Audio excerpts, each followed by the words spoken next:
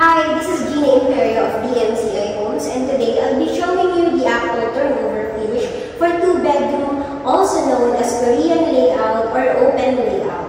This is your kitchen area, your secondary bedroom,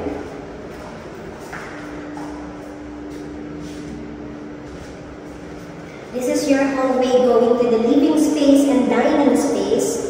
Now showing your toilet and bath.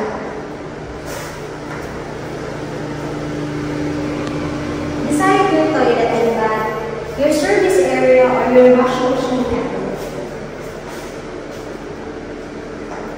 Now let's go to your master's bedroom.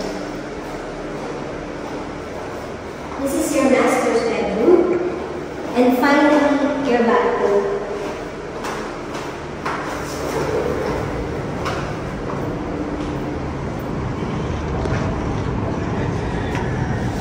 If you're interested to acquire to any DMCI Homes properties, you may reach me through my contact details posted in this video.